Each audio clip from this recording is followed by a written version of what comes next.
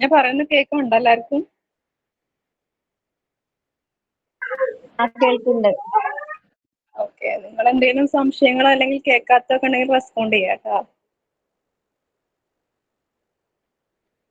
Okay, അപ്പൊ നിങ്ങളെല്ലാവരും നിങ്ങളുടെ കേട്ടിട്ട് എക്സാമിന്റെ അവസാന ഘട്ട പ്രിപ്പറേഷനിലായിരിക്കും. അപ്പൊ നമ്മുടെ ഈ ക്ലാസ്സിന്റെ ലക്ഷ്യം എന്ന് വെച്ചിട്ടുണ്ടെങ്കിൽ നമ്മൾ ഇതുവരെ പഠിച്ച കാര്യങ്ങളൊക്കെ ഒന്നുകൂടി റിവൈസ് ചെയ്യുക, അതല്ലെങ്കിൽ ഒന്ന് പൊടി തട്ടിയെടുക്കുക.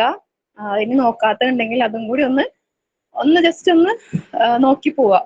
അപ്പോൾ എൻ്റെ പേര് അസ്ന. ഞാൻ 2021-23 ബാച്ചില് SSLC പഠിച്ച ആളാണ്. ഞാൻ ഇപ്പോൾ വർക്ക് ചെയ്യുന്നത് വെളിയങ്കോടാണ്. അപ്പൊ നമുക്ക് ഇന്ന് ക്ലാസ് തുടങ്ങിയാലോ?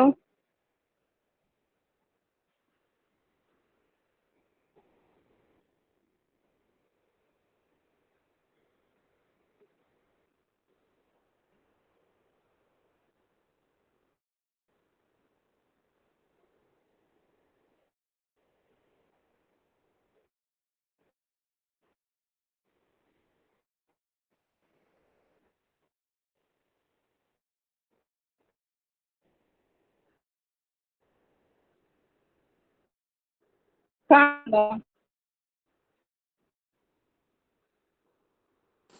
കാണുന്നുണ്ട്.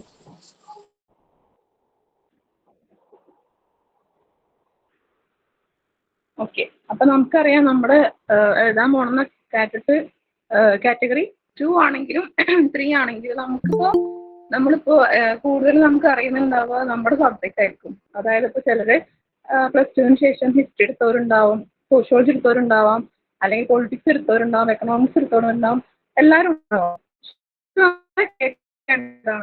നമ്മുടെ സോഷ്യൽ സയൻസ് എല്ലാം അവിടുന്നാണ് നമുക്ക് വരുന്നത്. അപ്പൊ ചിലപ്പം ആയതുകൊണ്ട്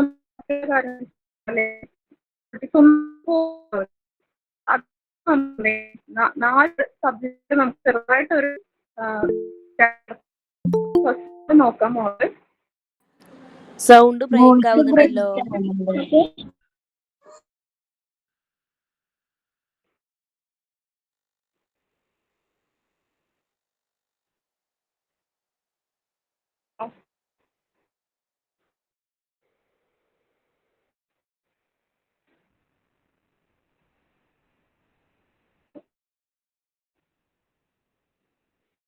ഇപ്പൊ നിൽക്കാൻ പറ്റുന്നുണ്ട്?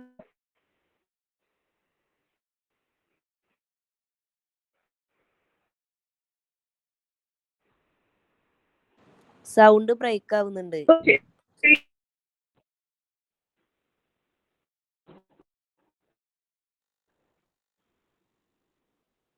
സ്ക്രീൻ കാണാൻ പറ്റുന്നുണ്ടോ? സ്ക്രീൻ കാണുന്നുണ്ട്. സൗണ്ട് ബ്രേക്ക് ആവുന്നുണ്ട്.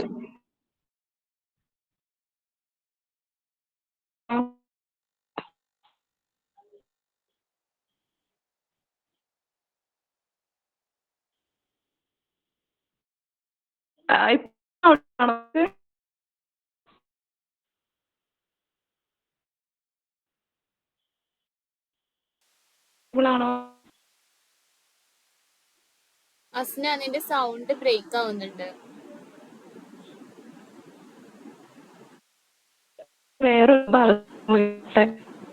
റേഞ്ചിന്റെ പ്രശ്നം ഉണ്ടാവൂലേ?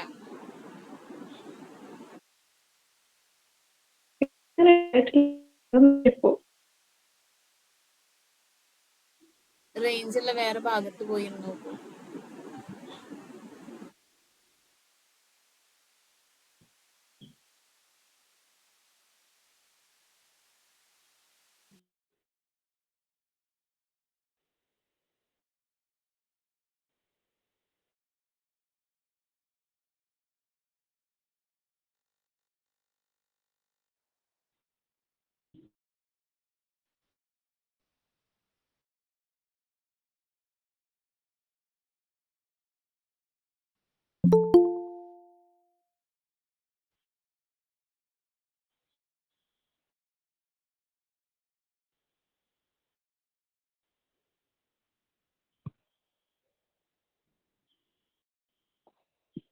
ഇപ്പൊ കേൾക്കാമോ?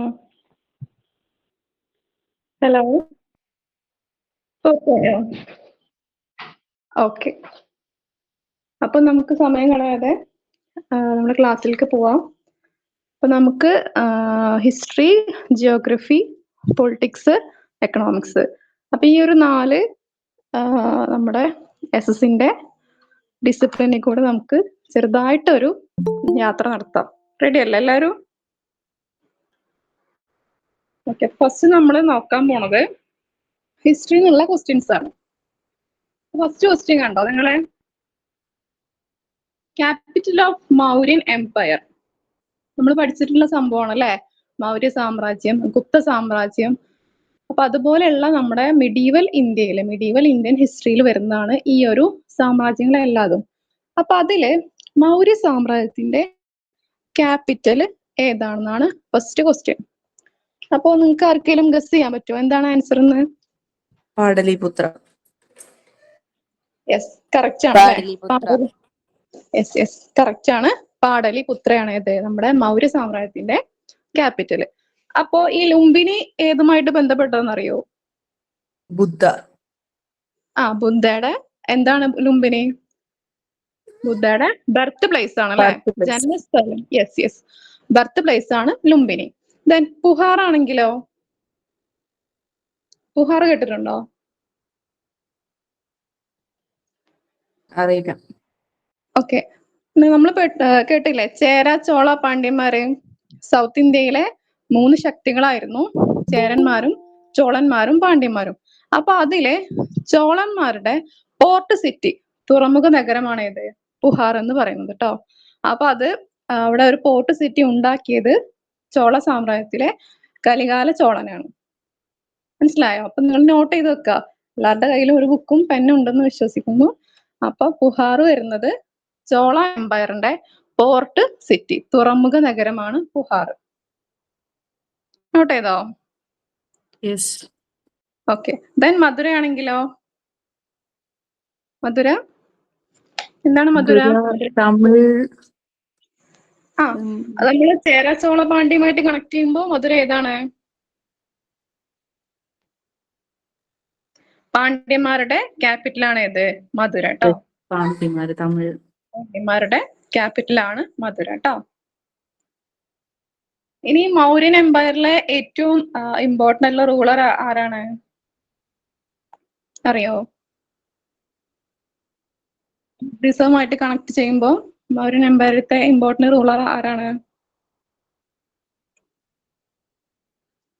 കേട്ടിട്ടുണ്ടോ? അശോക ചക്രവർത്തി. യെസ്. അദ്ദേഹം ബുദ്ധിസം സ്വീകരിച്ച യുദ്ധം ഏതാണ്?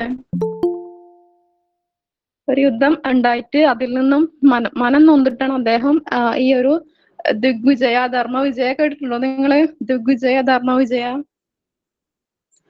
അതായത് കലിംഗ യുദ്ധമാണ് അദ്ദേഹം ബുദ്ധിസം സ്വീകരിക്കാൻ ഇടയാക്കിയ യുദ്ധം, കലിംഗ യുദ്ധം കേട്ടോ. അപ്പോ ഈ കലിംഗ യുദ്ധം കഴിഞ്ഞ ശേഷം അദ്ദേഹം ആ യുദ്ധഭൂമിയിൽ കൂടെ നടക്കണം. ഈ സമയത്ത് ഒരുപാട് യുദ്ധഭൂമി നമുക്കറിയാം അല്ലെ, ജീവനില്ലാത്ത അല്ലെങ്കിൽ ജീവനറ്റ ഒരുപാട് ശവശരീരങ്ങൾ അദ്ദേഹം കാണുകയും പിന്നീട് അദ്ദേഹത്തിന് ഭയങ്കര കുറ്റബോധം വരികയാണ്. അപ്പൊ അദ്ദേഹം മനസ്സിലാക്കിയല്ലേ, ദിഗ്വിജയ, അതായത് ആക്രമിച്ചിട്ടല്ല നമുക്ക് എന്ത് നേടേണ്ടത്, വിജയം നേടേണ്ടത്, മറിച്ച് എന്താണ്? ധർമ്മവിജയ, ധർമ്മത്തിലൂടെയാണ് നമുക്ക് വിജയം നേടണമെന്ന് അദ്ദേഹം തിരിച്ചറിയുകയും അദ്ദേഹം ബുദ്ധിസം സ്വീകരിക്കുകയും ചെയ്തു.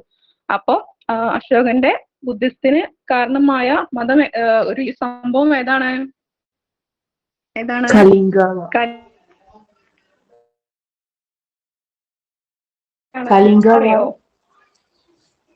വാർ. ഓക്കെ. ദെൻ മൗര്യ സാമ്രാജ്യത്തിന്റെ ഫൗണ്ടർ ആരാണ്?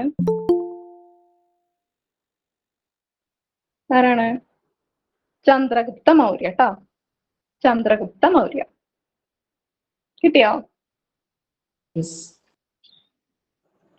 ഇനി മൗര്യന്മാര് വരുന്നതിന് മുൻപ് നമ്മുടെ ഇന്ത്യയിൽ ഉണ്ടായിരുന്ന മറ്റൊരു ശക്തികളായിരുന്നു അറിയോ? മഗധ. 16 ജനപദങ്ങൾ ഉൾപ്പെടുന്ന മഗധ സാമ്രാജ്യമായിരുന്നു മൗര്യന്മാരുടെ മുൻപ് ഇന്ത്യയിൽ ഉണ്ടായിരുന്നത്. മഗധയുടെ തലസ്ഥാനം അറിയോ നിങ്ങൾക്ക്? മഗധയുടെ തലസ്ഥാനമാണ് രാജ്ഗൃഹ. നോട്ട് ചെയ്തോ? ക്യാപിറ്റലിന്റെ പേര് ഒന്നുകൂടി പറയോ? രാജ്ഗഡ് എന്നാണ്. രാജ്ഗൃഹ. രാജ്ഗൃഹ. RAJGRH രാജ്ഗൃഹ. ഓക്കെ, കിട്ടിയോ? അപ്പൊ അത്രയാണ് നമുക്ക് ഈ ഒരു മൗര്യൻ എംപയർ അല്ലെങ്കിൽ ആ ഒരു പീരീഡിലുമായിട്ട് ബന്ധപ്പെട്ട കാര്യങ്ങൾ. എല്ലാരും ഓക്കെ അല്ലേ? ഇനി എന്തെങ്കിലും റിപ്പീറ്റ് ചെയ്യണോ? നെക്സ്റ്റ് ക്വസ്റ്റ്യൻ ആണ് ദി ഹൈറോഗ്ലിഫിക് സ്ക്രിപ്റ്റ്. കേട്ടിട്ടുണ്ടോ ഹൈറോഗ്ലിഫിക് സ്ക്രിപ്റ്റിനെ കുറിച്ചിട്ട്? ഹലോ, ഞാൻ Yes. ഇപ്പോഴാണ് ക്ലാസ്സിൽ കയറിയത്. അപ്പൊ ഫസ്റ്റ് ക്വസ്റ്റ്യൻ ഒന്നും കൂടെ റിപ്പീറ്റ് ചെയ്യാൻ പറ്റുമോ? Okay okay. ഇവിടെ ഫസ്റ്റ് ക്വസ്റ്റ്യൻ വരുന്നത് ക്യാപിറ്റൽ ഓഫ് മൗര്യൻ എംപയർ എന്നാണ്. അപ്പൊ ഞാൻ ക്ലാസ് കേട്ട ആർക്കെങ്കിലും ഒന്ന് പറഞ്ഞു കൊടുക്കാൻ പറ്റുമോ? ഇപ്പൊ നിങ്ങൾക്ക് ഒരു റിവിഷനുമായി എത്രത്തോളം കിട്ടുന്നത് എനിക്ക് മനസ്സിലാവും ചെയ്യും. Anybody? Capital of Mauryan empire എന്ന് പറഞ്ഞാൽ പാടലിപുത്രൻ. ഓക്കെ ഓക്കെ, ദെൻ മൗര്യയുടെ ഇമ്പോർട്ടന്റ് റൂളർ ആണ് അശോക. ഓക്കെ കലിംഗ വാറോട് കൂടിയിട്ട് അദ്ദേഹം ബുദ്ധിസം സ്വീകരിച്ചു. Then correct. ലുംബിനി എന്ന് പറയുന്നത് ബർത്ത് പ്ലേസ് ഓഫ് ബുദ്ധയാണ്. പുഹാർ എന്ന് പറയുന്നത് ചോളന്മാരുടെ പോർട്ട് സിറ്റിയാണ്. ദെൻ മധുര എന്ന് പറയുന്നത് പാണ്ഡ്യന്മാരുമായി റിലേറ്റ് ചെയ്താണ്, അവരുടെ ക്യാപിറ്റലാണ്.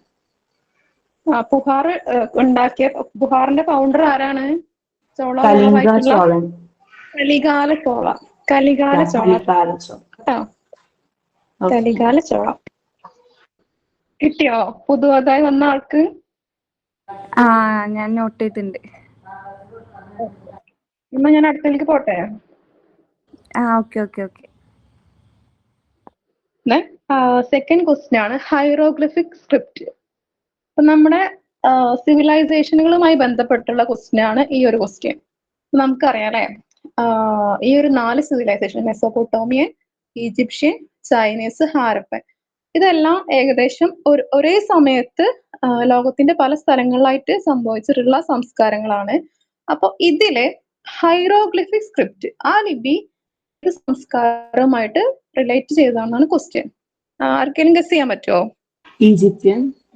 Egyptian, very good. ഈജിപ്ഷ്യൻ സംസ്കാരവുമായി ബന്ധപ്പെട്ട മെസോപ്പൊട്ടോമിയൻ ലിപിയാണ് ക്യൂണിഫോം. ഇതിന്റെ കറക്റ്റ് ആൻസർ ഈജിപ്ഷ്യൻ സിവിലൈസേഷൻ എന്നാണ് കേട്ടോ.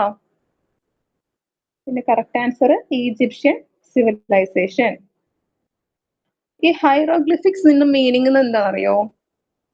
ഹോളി റൈറ്റിംഗ് അല്ലെങ്കിൽ വിശുദ്ധമായ എഴുത്ത് എന്നാണ് ഹൈറോഗ്ലിഫിക്സിന്റെ മീനിങ് കേട്ടോ. ഹൈറോഗ്ലിഫിക്സിന്റെ മീനിങ് ഹോളി റൈറ്റിംഗ് അല്ലെങ്കിൽ വിശുദ്ധമായ എഴുത്ത് എന്നാണ് കേട്ടോ. ദെൻ ഇത് എഴുതാൻ ഒരു പ്രത്യേക തരം ചെടിയുടെ ഇലയാണ് യൂസ് ചെയ്തിട്ടുള്ളത്. അതെന്താണെന്നറിയോ? Paper leaf. Very good, papyrus. Papyrus ചെടിയുടെ ഇല കൊണ്ടാണ് ഈ ഒരു ലിപി എഴുതാൻ വേണ്ടി യൂസ് ചെയ്തിട്ട് കേട്ടോ. ദെൻ മെസോപ്പൊട്ടോമിയയിലെ ലിപി ഏതാണ്? യൂണിഫോം. ക്യൂണിഫോം ലിപി. Very good. ദെൻ അതുപോലെ ചൈനീസ് സംസ്കാരത്തിൽ, ചൈനീസ് സിവിലൈസേഷനിൽ അവരെന്താ ചെയ്തത്? അവര് ഒരു പിക്ചേഴ്സ് ആണ് യൂസ് ചെയ്തിട്ടുണ്ടായിരുന്നത് കേട്ടോ. അവര് അക്ഷരങ്ങൾക്ക് പകരം ചിത്രങ്ങൾ യൂസ് ചെയ്തിട്ടാണ് അവരുടെ ആ ഒരു എഴുത്ത് വിദ്യ രൂപപ്പെട്ടത് കേട്ടോ. നമ്മളിപ്പോ കാണില്ലേ, നമ്മളിപ്പോ ചൈനീസ് പ്രൊഡക്റ്റ് ഒക്കെ കണ്ടാൽ തന്നെ നമുക്ക് മനസ്സിലാവും ഒരു പ്രത്യേക തരം റൈറ്റിംഗ് ആണല്ലോ അവരുടേത്. അതിൽ നിന്നാണ് പിന്നീട് ഈ ഒരു ചിത്രങ്ങൾക്ക് പകരം അവരെന്തായി ചിഹ്നങ്ങൾ യൂസ് ചെയ്യാൻ തുടങ്ങി. അപ്പോ നമ്മുടെ ചൈനീസ് സിവിലൈസേഷനിലെ പിക്ചേഴ്സ് ആണ് യൂസ് ചെയ്തത് കേട്ടോ. ഈ പിക്ചേഴ്സിനെ പിന്നീട് എന്താക്കി മാറ്റി? സിമ്പിൾസ് ആയിട്ട് അവര് മാറ്റി. കിട്ടിയോ? യെസ്. ഏതെങ്കിലും റിപ്പീറ്റ് ചെയ്യണോ ഇനി പറഞ്ഞതില്?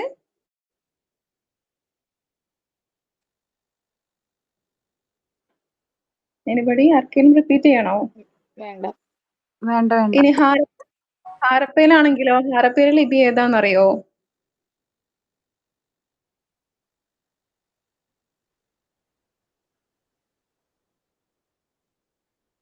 അതായത് നമ്മൾ ഹാരപ്പൻ സിവിലൈസേഷനിൽ അവര് ഇതൊക്കെ യൂസ് ചെയ്തിരുന്നു. പക്ഷെ ഇതുവരെ നമ്മൾ എന്ത് ചെയ്തിട്ടില്ല, അതിനൊരിക്കലും വായിച്ചെടുക്കാൻ കഴിഞ്ഞിട്ടില്ല. ഇപ്പോഴും അത് വായിച്ചെടുക്കാനുള്ള ഒരു പഠനങ്ങൾ ഇപ്പോഴും നടന്നുകൊണ്ടിരിക്കുകയാണ്. അപ്പോൾ ഹാരപ്പൻ ലിപി നമുക്ക് ഇതുവരെ ഡെസിഫർ ചെയ്യാൻ കഴിഞ്ഞിട്ടില്ല.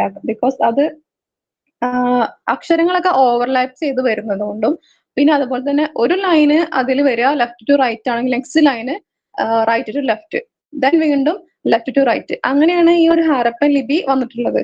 അപ്പൊ അതുകൊണ്ട് തന്നെ എന്താണ്, നമുക്ക് ഇതുവരെ ആ ഒരു ലിപി വായിച്ചെടുക്കാനായിട്ട് കഴിഞ്ഞിട്ടില്ല കേട്ടോ. അപ്പൊ അതുകൊണ്ട് നമുക്ക് ആ ഒരു സംഭവം ഇതുവരെ ഐഡന്റിഫൈ ചെയ്തിട്ടില്ല. ക്ലിയർ ആയോ? Yes. ഓക്കെ, ഇനി അടുത്ത ക്വസ്റ്റ്യനിലേക്ക് പോട്ടെ. ഓക്കെ, അപ്പൊ മെസൊപ്പൊട്ടാമിയൻ ലിപി ഏതാണ്? ക്യൂണിഫോം. ഈജിപ്ഷ്യൻ ഏതാണ്? Hieroglyphics. ഹൈറോഗ്ലിഫിക്സ്. ഓക്കെ, ഹാരപ്പനാണ് നമുക്ക് ഇതുവരെ ഡെസിഫർ ചെയ്തിട്ടുമില്ല. ദെൻ നെക്സ്റ്റ് ക്വസ്റ്റ്യൻ ആണ്, ആൻഷ്യൻ മെസൊപ്പൊട്ടോമിയയിലെ അർബൻ സെന്റർ ഏതാണ്? ആൻഷ്യൻ മെസൊപ്പൊട്ടോമിയയിലെ അർബൻ സെന്റർ ഏതാണ്? Dholavira, Rangpur, Alamgirpur, Uruk. Uruk. Uruk correct answer. ബാക്കിയുള്ളതൊക്കെ ബാക്കി 3 ഓപ്ഷൻ ബാക്കിയുള്ളത് ഹാരപ്പൻ സിവിലൈസേഷനുമായി റിലേറ്റ് ചെയ്തിട്ടുള്ള സൈറ്റ്സ് ആണ്. Very good.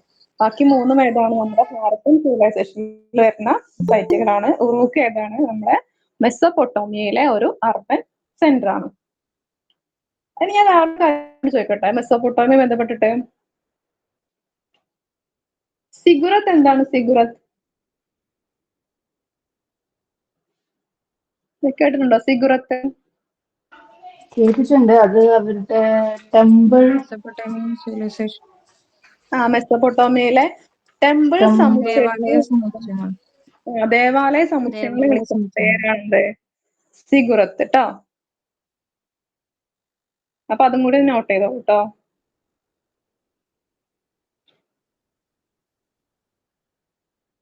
ഓക്കെ, അപ്പൊ ഈ ഭാഗം എല്ലാവർക്കും ക്ലിയർ ആയല്ലോ അല്ലെ? സിവിലൈസേഷന്റെ ഭാഗം നിങ്ങൾ എല്ലാവരും അത്യാവശ്യം നോക്കിയിട്ട് തന്നെ ഉണ്ട്. ഇതേപോലത്തെ നിങ്ങളുടെ ആ ഒരു ഇനിയും എക്സാം വരെ മുന്നോട്ട് കൊണ്ടുപോകാം കേട്ടോ.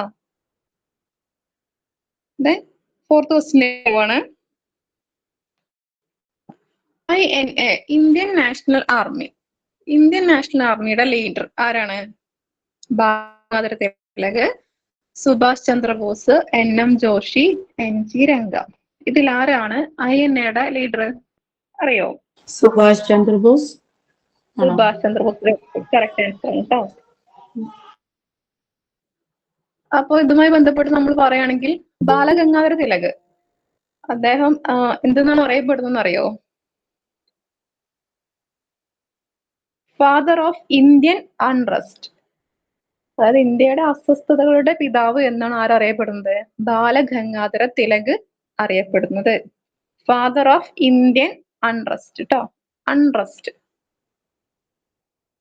ഫാദർ ഓഫ് ഇന്ത്യൻ അൺറസ്റ്റ് ആരാണ്? ബാലഗംഗാധര തിലക്. ഇനി അതുമായി ബന്ധപ്പെട്ടൊരു കാര്യമാണ് ഇത്. ബാലഗംഗാധര തിലകുമായിട്ട് ബന്ധപ്പെട്ടൊന്നാണ് ഇത്. ലാൽ ബാൽ, പിന്നെ ആരാണ് ഒരാളും കൂടി? ലാൽ ബാൽ പാൽ. ലാൽ ബാൽ പാൽ. ഇതിൽ ലാൽ ആരാണ്? ലാൽ ബഹദൂർ ശാസ്ത്രി. ലജ്പത് റായ്. ഓക്കെ, ലാൽ ബഹദൂർ ശാസ്ത്രി അല്ല, ലജ്പത് റായ് ആണ്. ദെൻ ബാൽ എന്ന് പറയുമ്പോ ബാലഗംഗാധര തിലക്. ദെൻ പാൽ ആരാണ്? പാൽ ആരാണ്? ബിപിൻ ചന്ദ്രപാലാണ് ലാൽ ബാൽ പാലിലെ ലാസ്റ്റത്തെ പാൽ കേട്ടോ. ബിപിൻ ചന്ദ്രപാൽ. ഇവർ നമ്മുടെ എക്സ്ട്രീമിസവുമായി ബന്ധപ്പെട്ടിട്ടാണ് ഈ ഒരു 3 പേരും ഈ ഒരു 3 പേരുകളും അസോസിയേറ്റ് ചെയ്തിട്ടുള്ളത് കേട്ടോ. ലാൽ ബാൽ പാൽ, ലാല ലജ്പത് റായ്, ബിപിൻ ചന്ദ്രപാൽ ആൻഡ് ബാലഗംഗാധര തിലക്. ഇനി NM ജോഷി കേട്ടിട്ടുണ്ടോ? NM ജോഷി അദ്ദേഹം ആരാണ് അറിയോ? നിങ്ങൾ കേട്ടിട്ടുണ്ടോ? AITUC all India trade union congress. AITUCയുടെ സ്ഥാപകൻ അല്ലെങ്കിൽ ഫൗണ്ടർ ആണ് ആര്? നമ്മുടെ NM ജോഷി ട്ടോ. നോട്ട് ചെയ്തോളൂ. NM Joshi, founder of AITUC, all India trade union congress. AITUC കിട്ടിയോ? യെസ്. ദെൻ ലാസ്റ്റ് ഓപ്ഷൻ ആണ് ആര്? NG രംഗ. NG രംഗ കേട്ടിട്ടുണ്ടോ നിങ്ങൾ? NG രംഗനെ? NG രംഗ ഇന്ത്യയിലെ ഫേമസ് ആയിട്ടുള്ള ഒരു പൊളിറ്റിക്കൽ ലീഡറാണ്. അതുപോലെ തന്നെ അദ്ദേഹം ഓൾ ഇന്ത്യ കിസാൻ സഭയുടെ ഫൗണ്ടറാണ് കേട്ടോ. ഓൾ ഇന്ത്യ കിസാൻ സഭയുടെ ഫൗണ്ടർ ആണ് NG രംഗ. നോട്ട് ചെയ്തോ എല്ലാരും? NG Ranga, founder of all India Kisan Sabha. കിട്ടിയോ? അപ്പൊ NM ജോഷി ആരായിരുന്നു? ആരായിരുന്നു? ഓൾ ഇന്ത്യ ട്രേഡ് യൂണിയൻ കോൺഗ്രസിന്റെ ഫൗണ്ടർ. ഫൗണ്ടർ. NG രംഗ ആരായിരുന്നു? ഓൾ ഇന്ത്യ കിസാൻ സഭയുടെ ഫൗണ്ടർ. സുഭാഷ് ചന്ദ്രബോസ് ആരാണ്? Leader of Indian national army. ആളാണ് ആര്? INAയുടെ ഫൗണ്ടർ ആണ് ആര്? സുഭാഷ് ചന്ദ്രബോസ്. ഓക്കെ, കിട്ടിയല്ലോ അല്ലേ? അടുത്തേക്ക് പോട്ടേന്. അപ്പൊ ഇനി നമ്മൾ കുറച്ച് ജോഗ്രഫിയുമായി ബന്ധപ്പെട്ട കാര്യങ്ങളാണ് നോക്കുന്നത്. അപ്പൊ അതിൽ നമുക്ക് ഇമ്പോർട്ടൻ്റ് ആയിട്ടുള്ള ഒരു കാര്യമാണ് മാപ്പ്. അപ്പോൾ മാപ്പുമായി ബന്ധപ്പെട്ട ക്വസ്റ്റ്യൻ ഇതാണ്. നമ്മുടെ കൾട്ടിവേറ്റഡ് ലാൻഡ്, കൃഷിയിടങ്ങള് സൂചിപ്പിക്കാൻ നമ്മൾ ഭൂപടങ്ങളിൽ മാപ്പില് യൂസ് ചെയ്യുന്ന കളർ ഏതാണെന്നാണ്. അപ്പൊ options green, yellow, white, red. Yellow. ആരോ ഗ്രീൻ എന്ന് പറഞ്ഞല്ലോ? യെല്ലോ. ഓക്കെ, യെല്ലോ ആണ് കറക്റ്റ് ആൻസർ കേട്ടോ. യെല്ലോ ആണ് കേട്ടോ correct answer.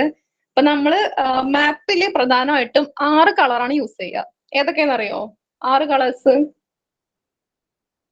Green, blue, brown, white, red, then yellow. White ഞാൻ അവിടെ കൺസിസ്റ്റൻസും കൊടുത്താണ്. വൈറ്റ് നമ്മൾ എന്ത് ചെയ്യില്ല, ഭൂപടങ്ങളിൽ യൂസ് ചെയ്യില്ല. അല്ല, വൈറ്റ് യൂസ് ചെയ്യും തരിശു ഭൂമി കാണിക്കാൻ വേണ്ടിട്ട്. നമ്മൾ കൂടുതലും എന്താ പറയാ, ഇമ്പോർട്ടന്റ് ആയിട്ടുള്ള കാര്യങ്ങളിൽ 6 കളേഴ്സ് യൂസ് ചെയ്യുക. അതൊന്ന് ഗ്രീൻ. നോട്ട് ചെയ്തോളൂ. Green, then yellow, then red, black, blue, brown. കിട്ടിയ? ഇനി ഇത് ഓരോന്നും എന്താന്ന് നോക്കാം.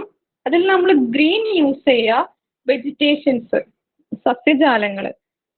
വെജിറ്റേഷൻസ് കാണിക്കാനാണ് ഗ്രീൻ യൂസ് ചെയ്യുക. നിങ്ങൾ വെജിറ്റേഷൻ ഇംഗ്ലീഷിൽ എഴുതിക്കോട്ടെ, കാരണം ഇത് നമ്മൾ 3-ലൊക്കെ വരുന്ന ക്വസ്റ്റ്യൻസ് ആണ്.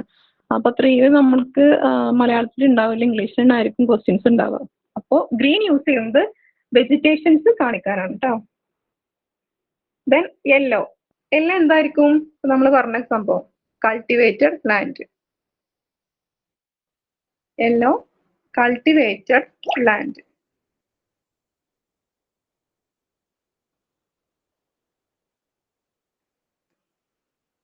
എഴുതിയോ?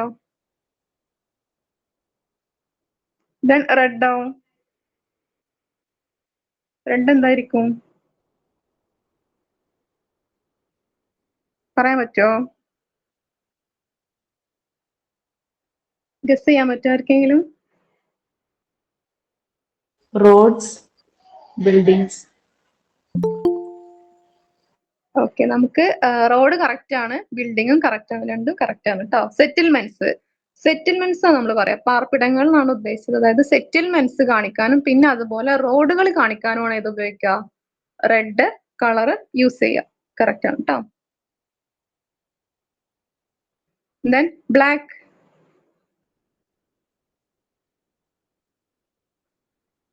ബ്ലാക്ക് എന്തായിരിക്കും? ബോർഡേഴ്സ് ആണോ?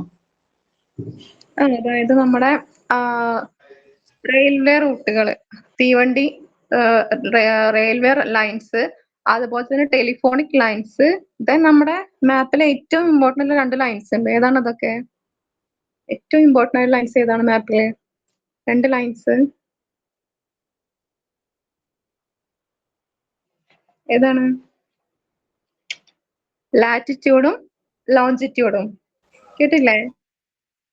ആ അക്ഷാംശ രേഖയും രേഖാംശ രേഖയും. ഡിനോട്ട് ചെയ്യാൻ നമ്മൾ എന്താ യൂസ് ചെയ്യുക? ബ്ലാക്ക് കളറാണ് യൂസ് ചെയ്യുക കേട്ടോ. അപ്പോ നമ്മുടെ റെയിൽവേ ഒന്നുകൂടി ലൈന്, പറയോ? Railway line, then telephone line, അതുപോലെ ലോഞ്ചിറ്റ്യൂഡ്, ലാറ്റിറ്റ്യൂഡ്. ഇതെല്ലാം കാണിക്കാൻ നമ്മൾ ബ്ലാക്ക് കളർ യൂസ് ചെയ്യാം കേട്ടോ. ഓക്കെ. കിട്ടിയോ? ആ ഇനി റിപ്പീറ്റ് ചെയ്യണോ? വേണ്ട. ഓക്കെ. ദെൻ അടുത്ത കളർ ഏതാണ്? ബ്ലൂ. ബ്ലൂ എന്തായിരിക്കും? സിമ്പിൾ ആയിട്ട് എന്താ നമുക്ക് പെട്ടെന്ന് ഗസ് ചെയ്യുമ്പോൾ എന്താ വരിക? Blue water bodies. Lakes or water ബോഡീസിന് കാണിക്കാൻ നമ്മൾ എന്ത് യൂസ് ചെയ്യാം? ബ്ലൂ കളർ യൂസ് ചെയ്യാം.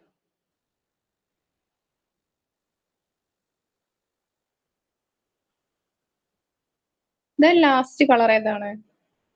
ബ്രൗൺ. ബ്രൗൺ നമ്മൾ എന്തിനാ ഡിനോട്ട് ചെയ്യാനാ യൂസ് ചെയ്യാന്നറിയോ? Contour lines. ഹലോ, എന്താ പറഞ്ഞ? ഞാൻ കേട്ടില്ല. Contour lines.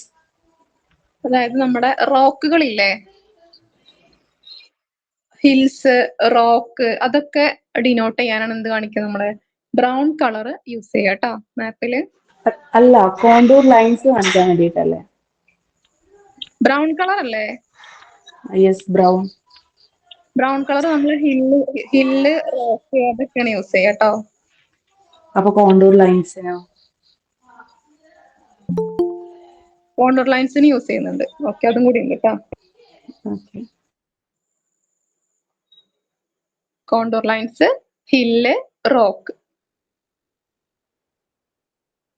നമുക്ക് ഓപ്ഷനിൽ ഏതാന്ന് പറയാൻ പറ്റൂല. അപ്പൊ നമുക്ക് ചിലപ്പോ ഒരെണ്ണം ഉണ്ടാവുള്ളൂ, ബാക്കി ബാക്കിയുള്ളതൊക്കെ കാണിക്കണമെങ്കിൽ നമ്മൾ എന്തായി പോകും? കൺഫ്യൂഷൻ ആയി പോകും.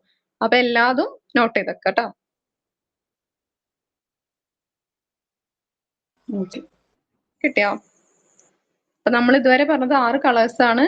ഒന്ന് yellow, red, green, black, brown, last one ഏതാണ്? ലാസ്റ്റത്തത് ബ്ലൂ. ഇതെല്ലാം കിട്ടിയോ? അപ്പൊ വൈറ്റ് യൂസ് ചെയ്യുന്നില്ല? വൈറ്റ് നമ്മള് അതായത് വെജിറ്റേഷനും ഇല്ലെങ്കിൽ അവിടെ നമ്മൾ വൈറ്റാ കൊടുക്കുക. അല്ല, നമ്മുടെ തരിശു ഭൂമി കാണിക്കാൻ വേണ്ടിയിട്ട് വൈറ്റ് ആണ് യൂസ് ചെയ്യുക ടോപ്പോഗ്രഫിക്കൽ മാപ്പിൽ. അതാണ് വെജിറ്റേഷൻ ഒന്നും ഇല്ലെങ്കിൽ. വെജിറ്റേഷൻ ഇല്ലാത്ത ഉണ്ടല്ലോ, അത് നമ്മൾ വൈറ്റ് ആണ്. വെജിറ്റേഷൻ ഉണ്ടെങ്കിൽ നമ്മൾ അവിടെ എന്ത് കൊടുക്കുന്നു? ഗ്രീൻ കളർ കൊടുക്കുന്നു. ഒന്നുമില്ല, വെജിറ്റേഷൻ ഒന്നും ഇല്ലെങ്കിൽ അവിടെ എന്താ നമ്മൾ കൊടുക്കുക? വൈറ്റാ കൊടുക്കുക കേട്ടോ. കിട്ടിയോ? കൺഫ്യൂഷൻ മാറിയില്ലേ? അതായത് സ്പെയർ ആയിട്ടുള്ള ഭാഗത്തിനല്ലേ വൈറ്റ് കൊടുക്കുന്നേ? അതെ, ബാരൻ ലാൻഡ് കാണിക്കാൻ വേണ്ടിയിട്ടാണ് വൈറ്റ്. വിത്തൗട്ട് എനി വെജിറ്റേഷൻ, ഒരു വെജിറ്റേഷനും ഇല്ലെങ്കിൽ അവിടെ എന്താണ്? വൈറ്റ് ആണ് ഉണ്ടാവുക. കൺഫ്യൂഷൻ മാറിയോ?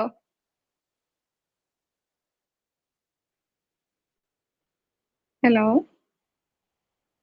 യെസ്. ഓക്കെ. ആ കൺഫ്യൂഷൻ മാറിയില്ലേ?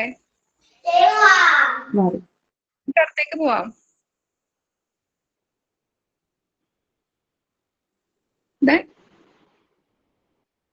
അടുത്തത് സോയിലാണ്.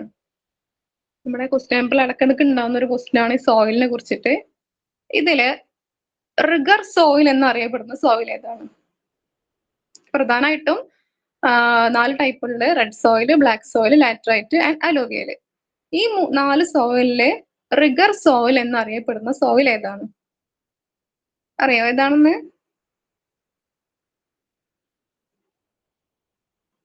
Rigger soil. നമ്മുടെ റിഗർ സോയിൽ എന്നറിയപ്പെടുന്ന soil, correct answer black soil ആണ് കേട്ടോ. റൈറ്റ് സോയിൽ ആണോ? ബ്ലാക്ക് സോയിൽ ആണ് കറക്റ്റ് ആൻസർ കേട്ടോ. ബ്ലാക്ക് സോയിൽ, കറുത്ത മണ്ണ് എന്നാണ് നമ്മുടെ റിഗർ സോയിൽ അറിയപ്പെടുന്നത് കേട്ടോ. Black soil. അപ്പൊ ബ്ലാക്ക് സോയിലിന് തന്നെ ഒരു പേരും കൂടി ഉണ്ട്, അതാണ് കോട്ടൺ സോയിൽ. ബ്ലാക്ക് സോയിലിന് റിഗർ സോയിൽ എന്നും പറയുന്നു, അതുപോലെ തന്നെ കോട്ടൺ സോയിൽ എന്നും അറിയപ്പെടുന്നുണ്ട് കേട്ടോ. കോട്ടൺ സോയിൽ എന്ന് പറഞ്ഞാൽ പരുത്തി മണ്ണ്. പരുത്തി മണ്ണ്.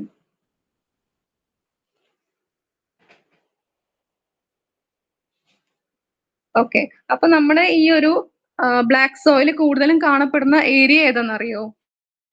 കറുത്ത മണ്ണ് ഇന്ത്യയിൽ കേട്ടോ. ഇന്ത്യയിൽ കറുത്ത മണ്ണ് ഏറ്റവും കൂടുതലായിട്ട് കാണപ്പെടുന്ന ഏരിയ ഡക്കാൻ പ്ലാറ്റ്യൂ ആണ് കേട്ടോ. ഡക്കാൻ പീഠഭൂമിയിലാണ് ഈ ഒരു കറുത്ത മണ്ണ് ഏറ്റവും കൂടുതലായിട്ട് കാണപ്പെടുന്നത്. ഡക്കാൻ പ്ലാറ്റ്യൂ. നോട്ട് ചെയ്തോ? യെസ്. ഇനി ഈ ഒരു ബ്ലാക്ക് സോയിൽ നമ്മൾ കുറച്ച് കൾട്ടിവേഷൻ യൂസ് ചെയ്യുന്നുണ്ട്. അതായത് കോട്ടൺ അതുപോലെ ഷുഗർ കെയിൻ, ഈ രണ്ട് കാര്യങ്ങളുടെയും കൾട്ടിവേഷന് വേണ്ടി നമ്മൾ കൂടുതലും എന്ത് ചെയ്യാ, ഈ ഒരു ബ്ലാക്ക് സോയിൽ സ്യൂട്ടബിൾ ആയിട്ടുള്ളത് കേട്ടോ. കോട്ടന്റെയും അതുപോലെ തന്നെ ഷുഗർ കെയിന്റെയും. കോട്ടൺ, ഷുഗർ കെയിൻ, ഈ രണ്ട് കൾട്ടിവേഷന് വേണ്ടിയിട്ടാണ് ഏറ്റവും കൂടുതൽ നമ്മൾ ബ്ലാക്ക് സോയിൽ സ്യൂട്ട് ആവുന്നത്. Cotton, sugar cane. നോട്ട് ചെയ്തോ?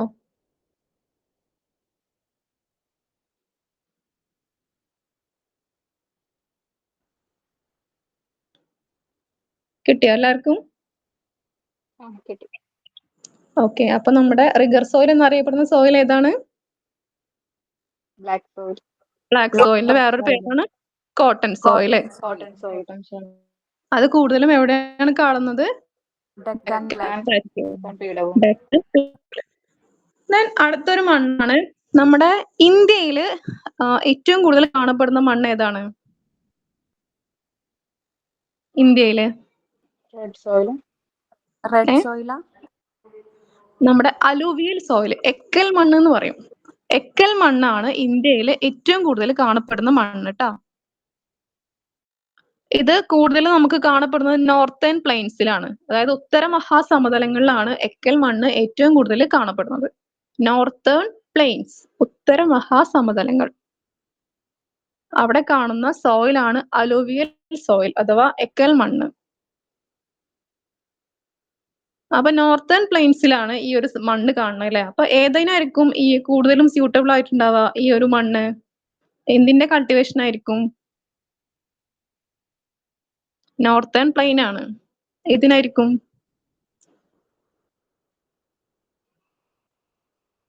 പറയാൻ പറ്റുമോ? ആർക്കെങ്കിലും ഒന്ന് ഗസ് ചെയ്യാൻ പറ്റുമോ?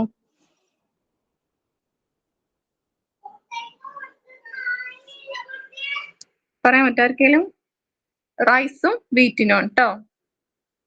Rice, wheat. റൈസിന്റെയും വീറ്റിന്റെയും കൾട്ടിവേഷൻ ആണ് നമ്മൾ എക്കൽ മണ്ണ് കൂടുതലും സ്യൂട്ടബിൾ ആയിട്ടുള്ളത് കേട്ടോ. കിട്ടിയോ? അപ്പൊ ഇന്ത്യയിലെ ഏറ്റവും കൂടുതൽ കാണപ്പെടുന്ന മണ്ണാണ് അലൂവിയൽ സോയിൽ. കൂടുതലും കാണപ്പെടുന്നത് നോർത്തേൺ പ്ലെയിൻസിലാണ്. അത് സ്യൂട്ടബിൾ ആയിട്ടുള്ളത് റൈസ് ആൻഡ് വീറ്റിന്റെ കൾട്ടിവേഷൻ ആണ്. ഇനി അടുത്ത മണ്ണാണ് റെഡ് സോയിൽ. ഈ റെഡ് സോയിലിന് അതിന്റെ കളറ് കിട്ടാൻ കാരണമായിട്ടുള്ള ഒരു സംഭവം ഉണ്ട്. അതിന്റെ പ്രസൻസ് കൊണ്ടാണ് ഈ റെഡ് സോയിലിന് റെഡ് കളർ കിട്ടിയത്.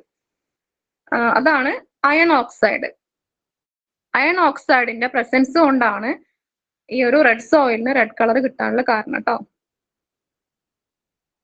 അയൺ ഓക്സൈഡ്, അയൺ ഓക്സൈഡിന്റെ പ്രസൻസ് ആണ് റെഡ് കളറിന് കാരണം കേട്ടോ.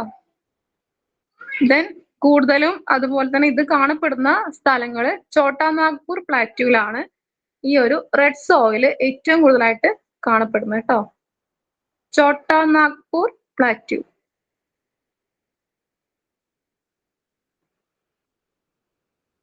ഛോട്ടാ നാഗ്പൂർ പ്ലാറ്റ്യൂ.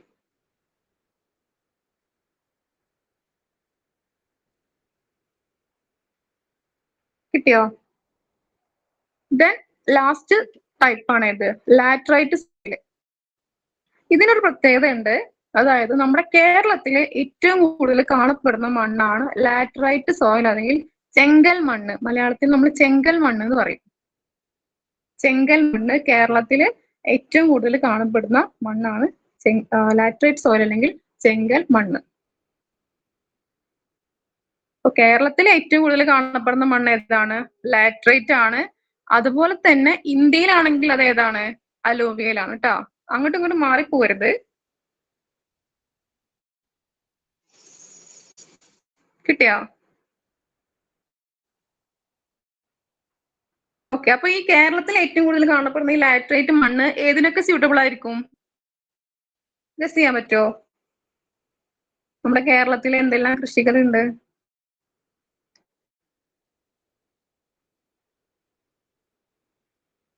ആർക്കെങ്കിലൊക്കെ ഒന്ന് ഗസ് ചെയ്യാൻ പറ്റുമോ? എല്ലാരും ഇല്ല ഇവിടെ?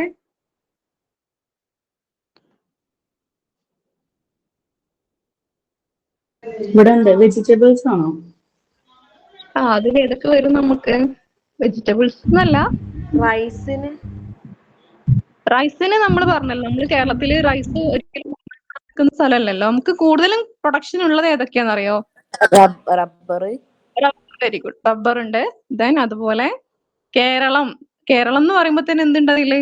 ഏതാണത്? തെങ്ങാണോ? തെങ്ങാണ്. തേങ്ങ. ആ തെങ്ങ്. ഓക്കെ, തെങ്ങുണ്ട്, കോക്കനട്ട് ഉണ്ട്, അതുപോലെ റബ്ബർ ഉണ്ട്, ദെൻ അതുപോലെ ടീ, കോഫി, ഇതിനെല്ലാം സ്യൂട്ടബിൾ ആണ് ലാറ്ററൈറ്റ് മണ്ണ് കേട്ടോ. റബ്ബർ, അതുപോലെ കാഷ്യൂനട്ട്, ടീ, കോക്കനട്ട്, കോഫി, ഇതിനെല്ലാം സ്യൂട്ടബിൾ ആണ്. ഇതിനെല്ലാം കൾട്ടിവേഷന് സ്യൂട്ടബിൾ ആയിട്ടുള്ള മണ്ണാണ് ലാറ്ററൈറ്റ് മണ്ണ്. ഓക്കെ, അപ്പൊ കേരളത്തിൽ ഏറ്റവും കൂടുതൽ കാണുന്ന മണ്ണ് ഏതാണ്? ഏതാണ്? ലാറ്ററൈറ്റ്. ഇന്ത്യയിലാണെങ്കിൽ അല്ലൂവിയൽ. അല്ലൂവിയൽ. അലൂവിയൽ സോയിൽ അല്ലെങ്കിൽ എക്കൽ മണ്ണ്. ഓക്കെ, അടുത്തേക്ക് പോട്ടെ. ഓക്കെ. ഓക്കെ, ഈ ക്വസ്റ്റ്യൻ നോക്കുക. A country is situated in 55° north latitude. In which thermal zone that country is situated in? അപ്പൊ ഇത് തെർമൽ സോൺ അല്ലെങ്കിൽ താപീയ മേഖല കേട്ടില്ല നിങ്ങൾ? താപീയ മേഖലകള്. അപ്പൊ അതുമായി ബന്ധപ്പെട്ട ഒരു ക്വസ്റ്റ്യൻ ആണിത്. അപ്പോ 55° നോർത്തില്, ശ്രദ്ധിക്കുക, 55° നോർത്തില് സിറ്റുവേറ്റ് ചെയ്തിട്ടുള്ള ഒരു കൺട്രി ഏത് താപീയ മേഖല, ഏത് തെർമൽ സോണിലാണ് വരിക? ഓപ്ഷൻസ് നോക്കുകയാണെങ്കിൽ polar zone, hot zone, temperate zone, none of these. അപ്പൊ ആർക്കെങ്കിലും ഇതൊന്ന് പറയാൻ പറ്റും ഇതിന്റെ ആൻസർ? എന്നിട്ട് ഞാൻ എക്സ്പ്ലെയിൻ ചെയ്തു തരാം. നിങ്ങൾ നോക്കിയിട്ടുണ്ടോ ഈ തെർമൽ സോണുകളെ കുറിച്ചിട്ട്?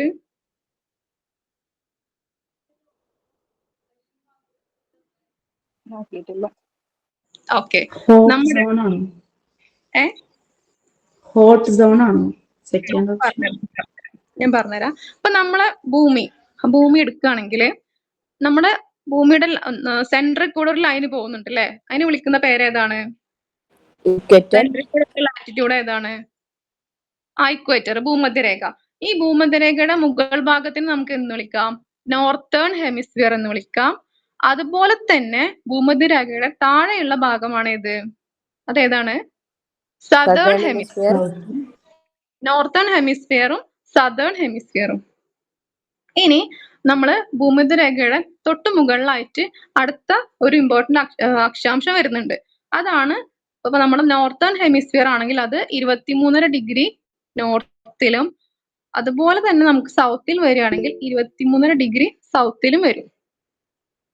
ഭൂമധ്യരേഖ കഴിഞ്ഞ് നമ്മൾ ഒരു അടുത്ത അക്ഷാംശം വരയ്ക്കുകയാണെങ്കിൽ അത് എത്ര ഡിഗ്രിയാണ്? 23.5° ആണ്. അത് നോർത്ത് ആണെങ്കിൽ 23.5° നോർത്തിലും, സൗത്ത് ആണെങ്കിൽ 23.5° സൗത്തിലും വരും. ഇപ്പൊ നിങ്ങൾ ഇങ്ങനെ വരയ്ക്കുക, ഒരു എന്താ പറയാ, ഒരു ഇമാജിനറി സർക്കിൾ വരച്ചിട്ട് ഭൂമധ്യരേഖ അടയാളപ്പെടുത്തുക, തൊട്ട് മേലെയും താഴെയുമായിട്ട് 2 ലൈൻസ് വരച്ചു കൊടുക്കുക. അപ്പൊ ഇത് ഏതാണ്? 23.5° അക്ഷാംശമാണ് കേട്ടോ. ഇതുവരെ എത്തിയ എല്ലാരും?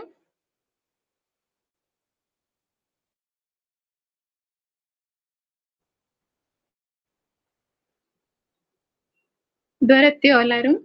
ഞാൻ വരച്ചോ? യെസ്. ഓക്കെ. ഇനി ഈ 2 ലൈൻസിന്റെ അതുപോലെ നോർത്തിൽ മേലക്കായിട്ട് ഒരെണ്ണം വരക്കുക, നോർത്തില് സൗത്തിലേക്ക് വരുമ്പോൾ താഴേക്കും ഇതുപോലെ ഒരു ഇമാജിനറി ലൈൻ വരക്കുക, ഒരു അക്ഷാംശം വരക്കുക. ഇത് വരുന്നത് 66.5 ഡിഗ്രിയാണ്. അപ്പൊ നിങ്ങൾക്ക് കിട്ടിയ ആ ഒരു സർക്കിളില് ഏതാണ്ട് 5 ലൈന് വന്നിട്ടുണ്ടാവും. 2 നോർത്തില്, ദെൻ ഭൂമധ്യരേഖ, അതുപോലെ 2 സൗത്തില്. ഏറ്റവും താഴെയുള്ള ലൈനിന്റെ ഡിഗ്രിയാണ് 66.5 ഡിഗ്രി. ഓക്കെ, കിട്ടിയോ? ഇതുവരെ കിട്ടിയോ?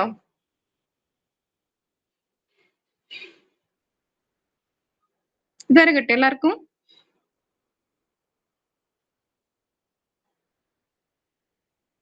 ഞാൻ ഇതിന്റെ പിക്ചർ കൊടുക്കാത്ത നിങ്ങൾ നോക്കിയിട്ടുണ്ടാവുമെന്ന് വിചാരിച്ചു, അതുകൊണ്ടാണ് കൊടുക്കാതിരുന്നത് കേട്ടോ. കിട്ടി.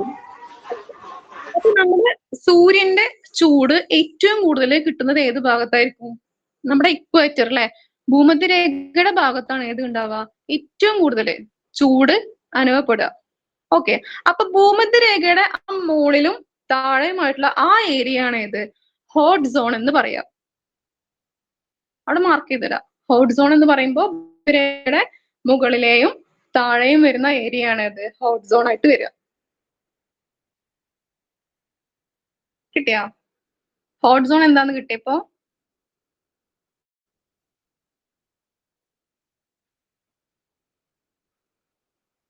ക്ലിയർ ആയോ ഹോട്ട് സോണ്? ഒന്നുകൂടി പറഞ്ഞോ. ക്ലിയർ ആയി. ക്ലിയർ ആയി. ഇനി ആ ഒരു ലൈൻ നമ്മൾ കഴിഞ്ഞു. അപ്പൊ നമ്മുടെ 23 ഡിഗ്രിയുടെയും 0 ഡിഗ്രിയുടെ ഇടയിൽ നമുക്ക് 2 ഏരിയ കിട്ടിയില്ലേ? അതാണ് ഏത്? Hot zone. ഇനി നമുക്ക് ഈ 66.5 ഡിഗ്രിയുടെയും അതുപോലെ തന്നെ 23 ഡിഗ്രിയുടെ ഇടയിൽ 2 സോൺ കിട്ടും. അത് ഏതായിരിക്കും ആ സോണ്? ഹോട്ട് സോൺ കഴിഞ്ഞു. ഇനി അടുത്ത സോൺ ഏതാണ്? അതാണ് ടെമ്പറേറ്റ് സോൺ, മിതശീതോഷ്ണ മേഖല. മറ്റേത് ഹോട്ട് സോൺ, ഉഷ്ണമേഖല. ഇനി വരുന്നതാണ് ഏത്? മിതശീതോഷ്ണ മേഖല. ഞാൻ ഇതിന്റെ ലാസ്റ്റിൽ ഇനി ഒരു പിക്ചർ കൊടുത്ത് റെഡി ആക്കി തരാം കേട്ടോ. അപ്പൊ നിങ്ങൾക്ക് കുറച്ചുകൂടി ക്ലിയർ ആവും. ഞാൻ നിങ്ങൾക്ക് നോക്കിയിട്ടുണ്ട് ജസ്റ്റാണ് പിക്ചർ കൊടുക്കാതിരുന്നത്.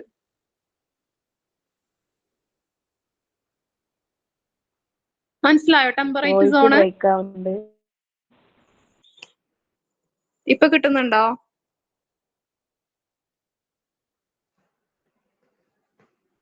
അപ്പൊ നിങ്ങൾക്ക് വോയിസ് കേൾക്കാമോ? കേൾക്കുന്നുണ്ട്. ഓക്കെ, അപ്പൊ ടെമ്പറേറ്റ് സോൺ കിട്ടി, അതുപോലെ ഹോട്ട് സോണും കിട്ടി. ഇനി നമ്മുടെ 66 ഡിഗ്രിക്ക് നോർത്തിലാണെങ്കിൽ മേലെയും അതുപോലെ തന്നെ സൗത്തിലാണെങ്കിൽ താഴെയുമുള്ള ആ മേഖലയാണ് ഏത്? പോളാർ സോൺ, ധ്രുവീയ മേഖല. ധ്രുവീയ മേഖല.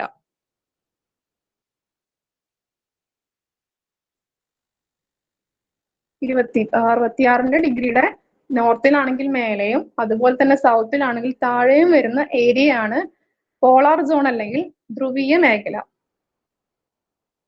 അപ്പൊ നമുക്ക് ടെമ്പറേച്ചറിന്റെ അടിസ്ഥാനം അല്ലെങ്കിൽ എന്താ പറയാ, നമുക്ക് ഭൂമിയിൽ സൂര്യൻ എന്നുള്ള ചൂട് ഭൂമിയിൽ കിട്ടുന്നതിന്റെ അടിസ്ഥാനത്തിൽ നമ്മൾ 3 തെർമൽ സോണുകളായിട്ട് നമ്മളെ ഭൂമിയുടെ ഇതിനെ ഡിവൈഡ് ചെയ്തിട്ടുണ്ട്. അതിലൊന്നാണ് ഉഷ്ണമേഖല അല്ലെങ്കിൽ ഹോട്ട് സോണ്. അതുപോലെ തന്നെ രണ്ടാമത്തേതാണ് മിതശീതോഷ്ണ മേഖല അല്ലെങ്കിൽ ടെമ്പറൽ സോണ്. ദെൻ ലാസ്റ്റ് വണ്ണാണ് പോളാർ സോൺ അല്ലെങ്കിൽ ധ്രുവീയ മേഖല. 3 മേഖലയും കിട്ടിയോ? ഇനി നിങ്ങൾക്ക് ഗസ് ചെയ്യാൻ പറ്റുമോ ഈ 55 ഡിഗ്രി നോർത്തിലാവുമ്പോ ഏത് സോണിലാണ് ആ രാജ്യം വരിക എന്നുള്ളത്? Temperate zone. Temperate zone, very good. കാരണം 23യുടെയും 66യുടെ ഇടയിൽ വരുന്നതാണ് ഏത്? ഈ ഒരു 55 എന്ന് പറയുന്ന നമ്പർ അല്ലെ. അപ്പൊ അതിൽ വരുന്ന ആ ഒരു അക്ഷാംശത്തിൽ വരുന്ന രാജ്യം ഏതായിരിക്കും? ടെമ്പറേറ്റ് സോണിൽ ആയിരിക്കും. മനസ്സിലായോ എല്ലാവർക്കും എങ്ങനെയാണിത് വന്നത് എന്നുള്ളത്? ഇനി ഞാൻ റിപ്പീറ്റ് ചെയ്യണോ? പറഞ്ഞുതരണോ?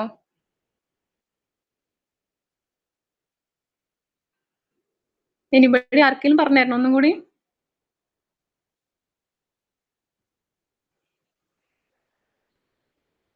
ഞാൻ ചോദിക്കട്ടെ, ഇനി അടുത്തത് ഇന്ത്യ ഏത് സോണിലായിരിക്കും ഉണ്ടാവുക?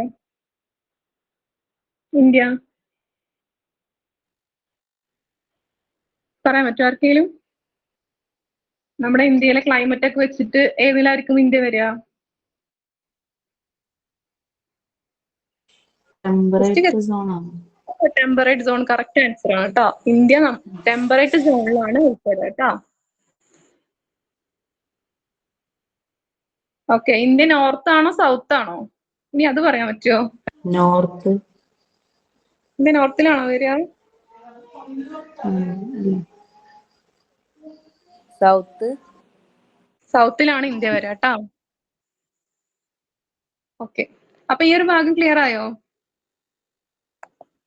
എല്ലാവർക്കും ക്ലിയർ ആയോ? അപ്പൊ ഞാൻ അടുത്ത സ്ലൈഡിലേക്ക് പോവാണ്. വളരെ ഈസി ആയിട്ടുള്ള ലാസ്റ്റ് ജോഗ്രഫിയുടെ ലാസ്റ്റ് ക്വസ്റ്റ്യൻ ആണ്. ഇനി തിന്നസ്റ്റ് ലെയർ ഓഫ് എർത്ത്. എർത്തിലെ അല്ലെങ്കിൽ എർത്തിനെ നമുക്ക് 3 ലെയർ ആക്കി ഡിവൈഡ് ചെയ്യാം. അതിൽ ഏറ്റവും തിന്നായിട്ടുള്ള ലെയർ ഏതാണ്? മാന്റിൽ ആണോ, ക്രസ്റ്റ് ആണോ? ക്രസ്റ്റ്. വെരി ഗുഡ്, ക്രസ്റ്റ് ആണ് കറക്റ്റ്. ക്രസ്റ്റ്. ക്രസ്റ്റ് ആണ് നമ്മുടെ എർത്തിന്റെ ഏറ്റവും തിന്നായിട്ടുള്ള ലെയർ കേട്ടോ. ഈ ഒരു ക്രസ്റ്റിന് എത്ര പാർട്ട് ഉണ്ടെന്ന് അറിയോ? 2 പാർട്ട്, ഓഷ്യാനിക്കും കോണ്ടിനെന്റലും. ഓഷ്യാനിക്കും അതുപോലെ തന്നെ കോണ്ടിനെന്റലും. ഇനി ഓഷ്യാനിക്കിലും അതുപോലെ തന്നെ കോണ്ടിനെന്റലിലും നമ്മള് അതിന്റെ കണ്ടന്റ് 2 കണ്ടന്റ് ഉണ്ട്. അതൊക്കെയാണെന്ന് അറിയോ? സിമ 2 ആൻഡ് തരം. സിയാൽ. സിമ ആൻഡ് സിയാൽ. സിമ ഏതിലാണ് വരിക? സിമ ഏത് ഭാഗത്താണ്? ഓഷ്യാനിക്കിലാണ് ഏത് വരിക? സിമ വരെ. സിമ എന്ന് പറയുമ്പോ ഏതൊക്കെയാണ് ആ ഒരു ധാതുക്കൾ, മിനറൽസ് ഏതൊക്കെയാണ്? Silica and magnesium. Magnesium. Then CIAL ഏതൊക്കെയാണ്? സിലിക്കയും അലുമിനിയം. അലുമിനിയം. ഓക്കെ, സിലിക്കയും അലുമിനിയം ആണ് ഇതില് വരുന്നത് നമ്മുടെ സിയാൽ. ഓക്കെ, അത് എവിടെയാണുള്ളത്? നമ്മുടെ കോണ്ടിനെന്റൽ പാർട്ടിലാണ് ഈ ഒരു 2 വരുന്നത് കേട്ടോ. ഓക്കെ, ഇനി മാന്റിലിനാണെങ്കിൽ എത്ര ഭാഗമുണ്ട്? Upper mantle, lower mantle. അത് കറക്റ്റ് ആണ്. Upper mantle, lower mantle. Then core വരുമ്പോ inner core and outer core. Inner core, outer core. Okay, inner കോറും ഔട്ടർ കോറും. ഓക്കെ, ഇനി ഈ ഒരു കോറിന്, അതായത് ഇന്നർ കോർ ഔട്ടർ കോർ അല്ല, ഫുള്ളായിട്ട് കോർ എന്ന ഭാഗത്ത് വരുന്ന ആ ഒരു അതിനെ വേറെ നമുക്കൊരു പേരും കൂടി വിളിക്കും. അറിയോ അത്? അറിയോ? നിഫെ എന്ന് പറയും. നിഫെ, NIFE. നിഫെ, NIFE എന്നും അറിയപ്പെട്ടു കേട്ടോ. അതായത് നമ്മുടെ ഈ ഒരു കോറിന്റെ അവിടുത്തെ അവസ്ഥ എന്താണ്? ഖരാവസ്ഥയിലാണ് എന്തുള്ളത്?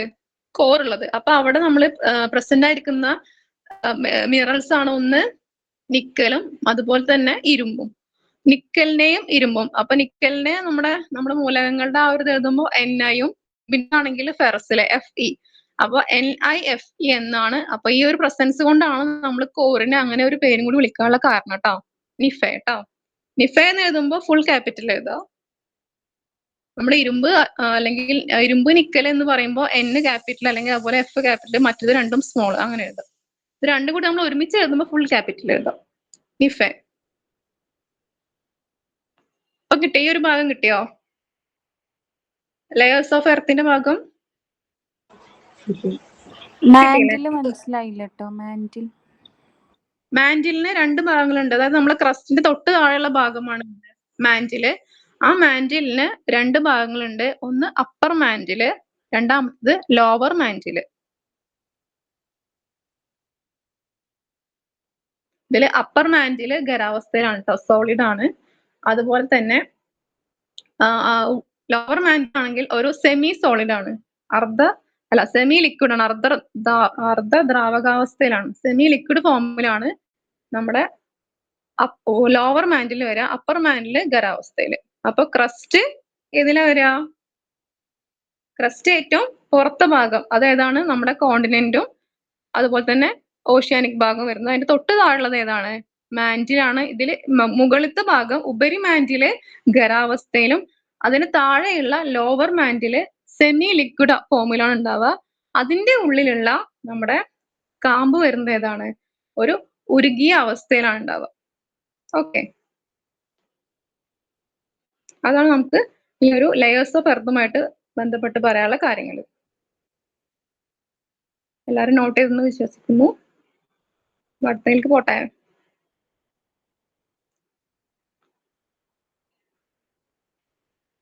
ഓക്കെ, ഇനി നമുക്ക് അടുത്ത ഭാഗം എക്കണോമിക്സുമായി ബന്ധപ്പെട്ട കുറച്ച് ക്വസ്റ്റ്യൻസ് ആണ്. ഇതില് ഫിസ്ക്കൽ പോളിസി. അപ്പോ ഈ താഴെ തന്നിരിക്കുന്നതിൽ ഫിസ്ക്കൽ പോളിസിയുമായി ബന്ധപ്പെട്ട ഏതാണെന്നാണ് ചോദിക്കുന്നത്. ഒന്ന് ലേബർ പോളിസി, അതുപോലെ tax policy, industrial policy, foreign policy. ഇതില് ഫിസ്ക്കൽ പോളിസിയുമായി റിലേറ്റ് ചെയ്തത് ഏതാണെന്നറിയോ? Tax policy. Tax policy correct answer.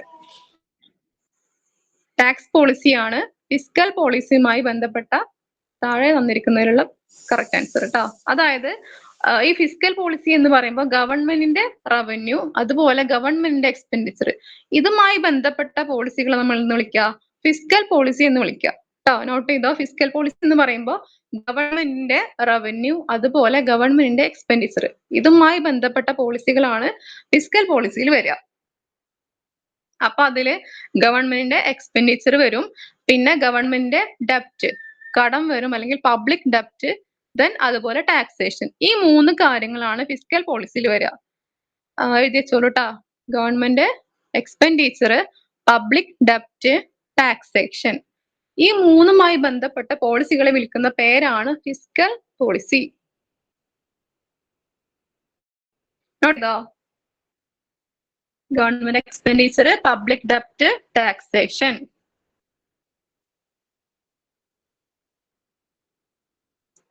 ഇനി മോണിറ്ററി പോളിസി ആണെങ്കിലോ? മോണിറ്ററി പോളിസി മണി വാല്യൂ ഇൻഫ്ലേഷനും ഡിഫ്ലേഷനുമായി റിലേറ്റ് ചെയ്തിട്ട് RBI. RBI ഇന്ത്യയില് RBI കൊണ്ടുവരുന്ന ഏതൊരു പോളിസിയെ നമുക്ക് എന്തെന്ന് വിളിക്കാം? മോണിറ്ററി പോളിസി എന്ന് വിളിക്കാം. മോണിറ്ററി പോളിസി RBIയുമായി ബന്ധപ്പെട്ടതാണ് കേട്ടോ. ഫിസ്ക്കൽ പോളിസി ആണെങ്കിൽ അത് ഗവൺമെന്റുമായി ബന്ധപ്പെട്ട ഗവൺമെന്റിന്റെ ഡെപ്റ്റ്, എക്സ്പെൻഡിച്ചർ, ടാക്സേഷൻ. ഇതാണ് മോണിറ്ററി പോളിസിയും ഫിസ്ക്കൽ പോളിസിയും തമ്മിലുള്ള വ്യത്യാസം. ക്ലിയർ ആയോ? ഓക്കെ, അത് സിമ്പിൾ ക്വസ്റ്റ്യൻ ആണ്. ഗവൺമെന്റ് റവന്യൂ, ഗവൺമെന്റ് എക്സ്പെൻഡിച്ചറും ഈക്വൽ ആവുന്ന ബഡ്ജറ്റിനെ വിളിക്കുന്ന പേരെന്താണ്? പറയാൻ പറ്റില്ലേ? ബാലൻസ്ഡ് ബഡ്ജറ്റ് ആണ്. അപ്പോ സർപ്ലസ് ബഡ്ജറ്റിലാണെങ്കിൽ എങ്ങനെയായിരിക്കും വരുന്നുണ്ടാവുക?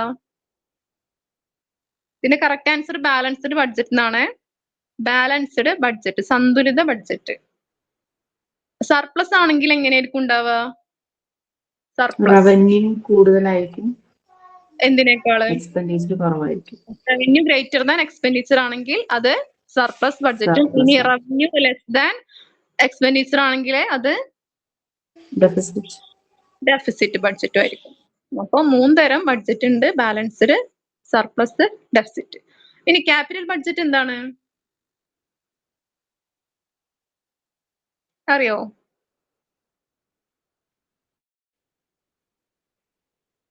അതായത് നമ്മുടെ ബഡ്ജറ്റിന് 2 ഭാഗങ്ങളുണ്ട്. ഒന്ന് റവന്യൂ ബഡ്ജറ്റും, രണ്ടാമത് ക്യാപിറ്റൽ ബഡ്ജറ്റും. അപ്പൊ റവന്യൂ ബഡ്ജറ്റിൽ government day to day administration അങ്ങനെയുള്ള കാര്യങ്ങളാണ് റവന്യൂ ബഡ്ജറ്റിൽ വരിക. ഇനി ക്യാപിറ്റൽ ആകുമ്പോൾ അത് ക്യാപിറ്റൽ അസറ്റുകളെ കുറിച്ചിട്ടും അതുപോലെ ഇൻവെസ്റ്റ്മെന്റ് അതുപോലുള്ള കാര്യങ്ങളൊക്കെ രേഖപ്പെടുത്തുന്ന ബഡ്ജറ്റാണ് ഇത് ക്യാപിറ്റൽ ബഡ്ജറ്റ് കേട്ടോ. മറ്റേത് ബഡ്ജറ്റിന്റെ 3 ടൈപ്പ് ആണ്. ഇത് ബഡ്ജറ്റിന്റെ 2 ഭാഗങ്ങളാണ് കേട്ടോ, റവന്യൂ ബഡ്ജറ്റും ക്യാപിറ്റൽ ബഡ്ജറ്റും. നമുക്ക് ഇങ്ങനെ അതൊന്നും നല്ല ക്വസ്റ്റ്യൻ ഒന്നും ഉണ്ടാവാറില്ല. കൂടുതലും ഈ ഒരു 3 ടൈപ്പ് എന്നാണ് ചോദിക്കുക. അപ്പൊ ജസ്റ്റ് റവന്യൂ ബഡ്ജറ്റും ക്യാപിറ്റൽ ബഡ്ജറ്റും തമ്മിലുള്ള ഡിഫറൻസ് മനസ്സിലാക്കി വെക്കുക. ഒന്ന് ഗവൺമെന്റ് ഡേ ടു ഡേ അഡ്മിനിസ്ട്രേഷനുമായി ബന്ധപ്പെട്ട കാര്യങ്ങളാണ് അതിൽ ചേർക്കുക. ക്യാപിറ്റൽ ബഡ്ജറ്റ് ആണെങ്കിൽ ക്യാപിറ്റൽ അസറ്റുകളെ കുറിച്ചിട്ടുള്ള കാര്യങ്ങളായിരിക്കും അതിലുണ്ടാവും. അതിൽ ക്യാപിറ്റൽ എക്സ്പെൻഡിച്ചർ ഉണ്ടാവും, ക്യാപിറ്റൽ റവന്യൂ ഉണ്ടാവും, അങ്ങനെ അതിൽ തന്നെ കുറെ ഡിവിഷൻസ് വരുന്നുണ്ട്. അപ്പൊ അത്രയും ഡീപ്പ് പോകണ്ട, ജസ്റ്റ് എന്താണെന്ന് മനസ്സിലാക്കി വെക്കുക. ഇതിൽ എക്കണോമിക്സ് ഉണ്ടോ? ഉണ്ടല്ലേ, എല്ലാത്തവരും ഉണ്ടാവൂലേ? ഓക്കെ, അടുത്തതും ഒരു സിമ്പിൾ ക്വസ്റ്റ്യൻ ആണ്. കേട്ടില്ലേ ഗ്രീൻ റവല്യൂഷൻ? ഓക്കെ, ഇന്ന് ഇതിന്റെ ആൻസർ ഒന്ന് പറഞ്ഞേ. ഗ്രീൻ റവല്യൂഷൻ എന്തിലാണ് ഫോക്കസ് ചെയ്തിട്ടുള്ളത്? വീറ്റ് ആൻഡ് റൈസ് ആണ്. Wait wheat and rice. Okay, wheat and റൈസിലാണ്. ഇതിന്റെ ആൻസർ വീറ്റ് ആൻഡ് റൈസ് ആണ് കേട്ടോ. അതിന്റെ പ്രൊഡക്ഷനിലെ ഇംപ്രൂവ്മെന്റിനാണ് ഗ്രീൻ റവല്യൂഷൻ ഫോക്കസ് ചെയ്തിട്ടുള്ളത് കേട്ടോ. അപ്പൊ ഇതിൽ കൊണ്ടുവന്ന സീഡ്സിന്റെ പേരെന്താണ്? ഗ്രീൻ റവല്യൂഷനിൽ വന്ന സീഡ്സിന്റെ പേരെന്താണ്?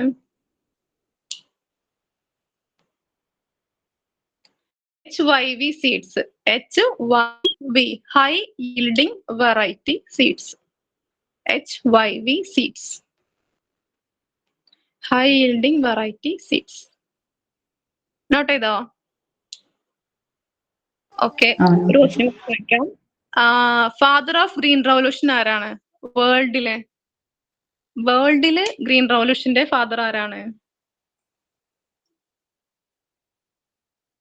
ഇന്ത്യയിൽ ആരാണ്? ഇന്ത്യയുടെ ഫാദർ ഓഫ് ഗ്രീൻ റവല്യൂഷൻ ആരാണ്? MS Swaminathan. MS Swaminathan. Okay. ഇനി വേൾഡ് ലെവലില് നോർമാൻ ബോർലോങ് ആണ് ഗ്രീൻ റവല്യൂഷന്റെ ഫാദർ കേട്ടോ. നോർമാൻ ബോർലോങ് കേട്ടോ.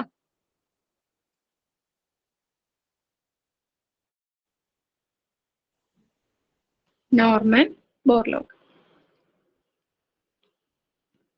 ഓക്കെ. ഇനി എന്നാണ് ഗ്രീൻ റവല്യൂഷൻ വന്നത്?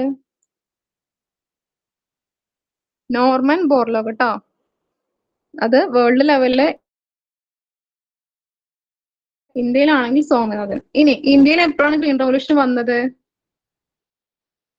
ഇയർ അറിയോ?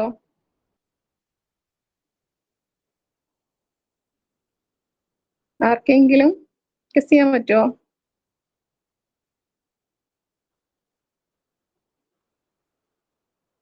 എനിബഡി? 1950s-ലാണ്. 1960s വന്നത്. കറക്റ്റ് ഇയർ പറഞ്ഞു ആർക്കെങ്കിലും?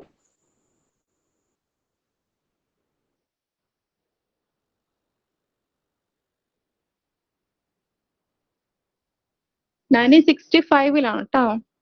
1965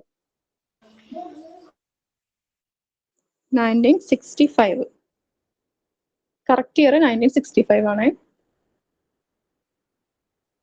ഓക്കെ, അത്രയാണ് നമുക്ക് ഈ ഒരു ഭാഗത്ത് നോക്കാനുള്ളത്. ദെൻ അടുത്ത ക്വസ്റ്റ്യൻ ആണ്. ക്വസ്റ്റ്യൻ കണ്ടോ? Who is known as father of Indian planning?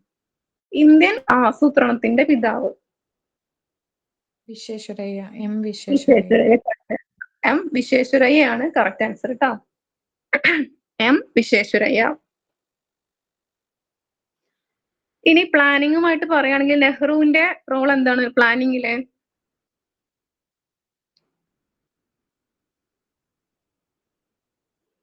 അതായത് നമ്മുടെ എക്കണോമിക് പ്ലാനിങ്ങിന് വേണ്ട ഒരു നാഷണൽ പ്ലാനിംഗ് കമ്മിറ്റി 1938 ഒരു നാഷണൽ പ്ലാനിംഗ് കമ്മിറ്റി വരികയാണ്. അത് വന്നത് നെഹ്റുവിന്റെ ലീഡർഷിപ്പിലാണ്. നാഷണൽ പ്ലാനിംഗ് കമ്മിറ്റി കേട്ടോ, 1938.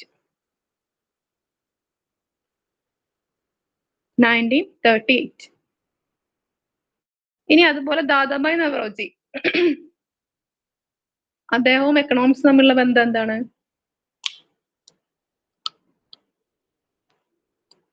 Father of Indian resource theory എന്നൊരു തിയറി ഇല്ലേ? ഏത് തിയറിയാണ്?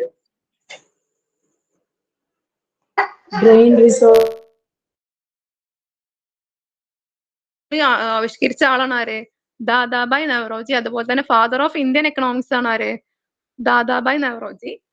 ദെൻ അദ്ദേഹം ഇതൊരു ബുക്ക് ഉണ്ട്, അറിയോ? Poverty and British Rule in India ആണോ? Very good, correct. Poverty and un-British rule in India എന്ന ബുക്ക് എഴുതിയത് ദാദാഭായ് നവറോജിയാണ്. ഡ്രെയിൻ തിയറി അദ്ദേഹത്തിന്റെ പ്രശസ്തമായിട്ടുള്ള തിയറിയാണ്. ഇനി അടുത്ത ആളാണ് ആര്? MN റോയ്. MN റോയും പ്ലാനിങ്ങും തമ്മിലുള്ള ബന്ധം അറിയോ?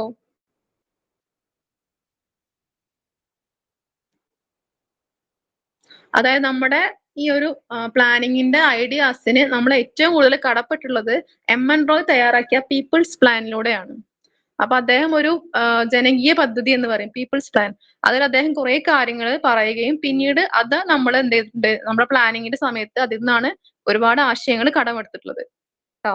അപ്പൊ പീപ്പിൾസ് പ്ലാൻ തയ്യാറാക്കിയത് MN റോയ് ആണ് കേട്ടോ. MN Roy people's plan.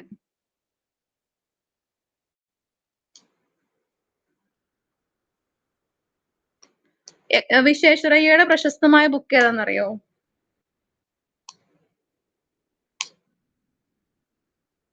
വിശ്വേശ്വരയ്യയുടെ പ്രശസ്തമായ ബുക്കാണ് planned economy of India. Planned economy of India, ഇന്ത്യയുടെ ആസൂത്രിത സമ്പദ് വ്യവസ്ഥ. Planned economy of India.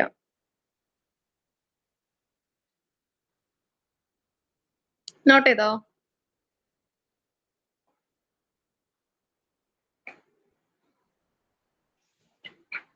Okay, അപ്പോൾ നമുക്ക് പ്ലാനിങ്ങിനെ കുറിച്ച് അത്രയാണ് പറയാൻ.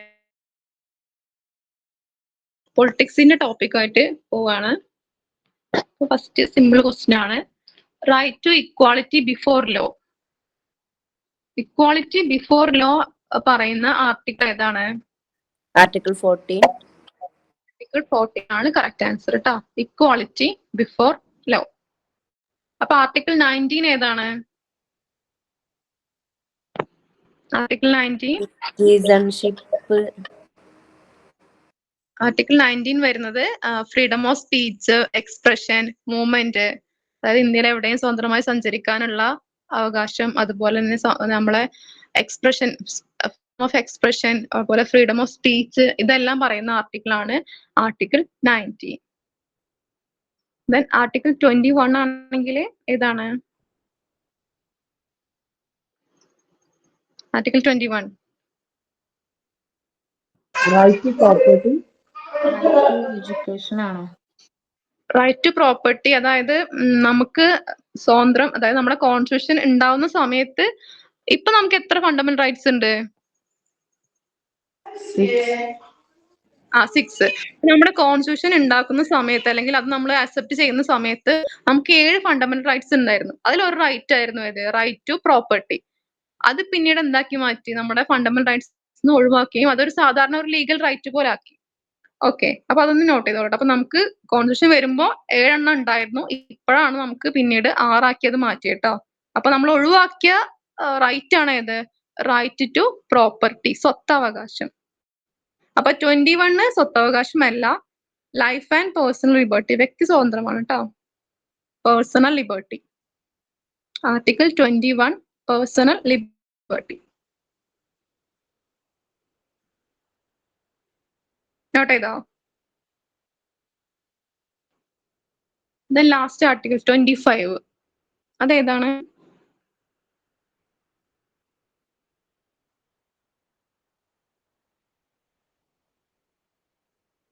ഏതാണ്?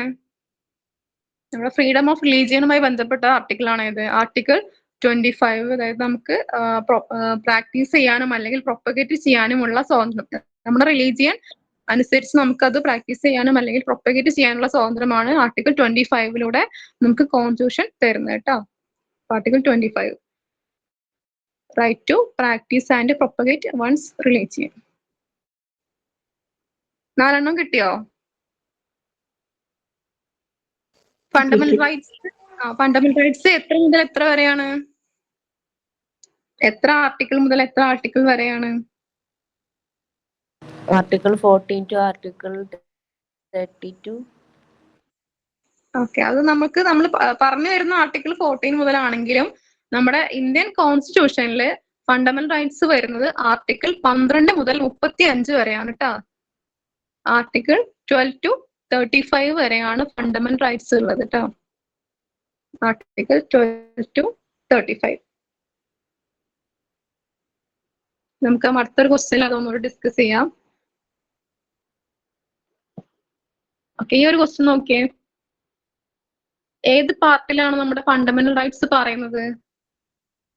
എത്രാമത്തെ പാർട്ടാണ്?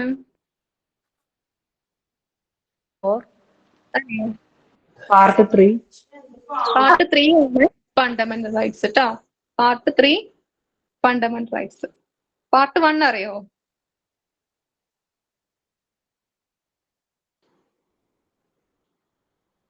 Part 1 India union and its territories, അതായത് നമ്മുടെ ഇന്ത്യൻ യൂണിയനിലെ ആരൊക്കെ എന്താണ് എത്രത്തോളം സംസ്ഥാനങ്ങളുണ്ട്, അതുപോലെ അതിന്റെ ടെറിട്ടറീസ്, അതൊക്കെയാണ് ഇതിൽ വരാ പാർട്ട് 1 പറയുന്നത്. ദെൻ പാർട്ട് 2 പറയുന്നത് എന്താണെന്നറിയോ? പറയാൻ പറ്റുമോ? പാർട്ട് 2 അതായത് നമ്മുടെ ഇന്ത്യയുടെ സിറ്റിസൺഷിപ്പിനുള്ള പ്രൊവിഷൻസ്, അതാണ് പാർട്ട് 2 വരുന്നത് കേട്ടോ. Citizenship provisions of India, part 2 citizenship provisions of India. Then part 3 ഏതാണ്? നമ്മളിപ്പോ പറഞ്ഞ ഫണ്ടമെന്റൽ റൈറ്റ്സ്. പാർട്ട് 4 അറിയോ? DPSP. DPSP, directive principles of fundamental state duties. DPSP ആണ് കേട്ടോ, directive principles of state policy, നിർദ്ദേശക തത്വങ്ങൾ എന്ന് പറയും. നിർദ്ദേശക തത്വങ്ങൾ. നമ്മുടെ ഇപ്പോഴത്തെ കോൺസ്റ്റിറ്റ്യൂഷനിൽ എത്ര പാർട്ട് ഉണ്ടെന്ന് അറിയോ? 12. പാർട്ട് എത്ര ഭാഗങ്ങളുണ്ട്? 25 പാർട്ടാണ് ഉള്ളത്. 25 പാർട്ട്. നമ്മുടെ ഭരണഘടന നിലവിൽ വരുമ്പോ 22 പാർട്ട് ഉണ്ടായിരുന്നുള്ളൂ. പിന്നീട് നമുക്ക് കുറച്ച് ആഡ് ചെയ്തുകൊണ്ട് ഇപ്പോ അത് 25 പാർട്ടുകൾ ഉണ്ട് കേട്ടോ. 25 പാർട്ട്. അതുപോലെ ഷെഡ്യൂൾസ് നമ്മളെ കോൺസ്റ്റിറ്റ്യൂഷൻ വരുമ്പോ 8 ഷെഡ്യൂളാണ് ഉണ്ടായിരുന്നത്. ഇപ്പോ എത്ര ഉണ്ടെന്ന് അറിയോ? 12. 12 ഷെഡ്യൂൾ. 12 ഷെഡ്യൂൾ. അതുപോലെ തന്നെ ആർട്ടിക്കിൾസോ 395 ആർട്ടിക്കിളാണ് നമ്മുടെ കോൺസ്റ്റിറ്റ്യൂഷൻ നിലവിൽ വരുമ്പോൾ ഉണ്ടായിരുന്നത്. ഇപ്പൊ അത് 448 ആർട്ടിക്കിൾസ് ആണ് കേട്ടോ. 448 448 ആർട്ടിക്കിൾ. അപ്പൊ ടോട്ടൽ പാർട്ട് 25, ഷെഡ്യൂള് 12, ആർട്ടിക്കിൾസ് 448. കിട്ടിയോ? ഫണ്ടമെന്റൽ ഡ്യൂട്ടീസ് ഏത് പാർട്ടിയിലെ വരാ? അതിന് ഇച്ചിരി പ്രത്യേകിച്ച് പാർട്ട് ഇല്ല.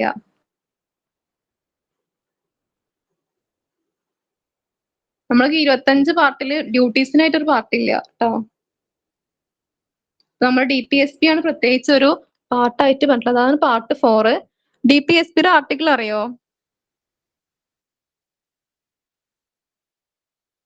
എനിബഡി?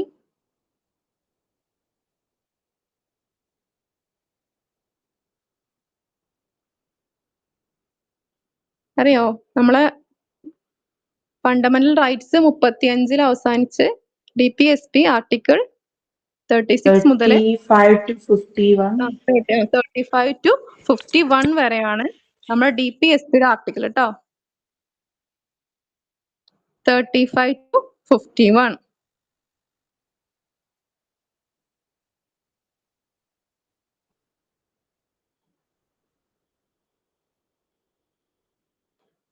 പാർട്ട് 4 35 to 51 വരെയാണ് നമ്മുടെ DPSP പറയുന്നത് കേട്ടോ.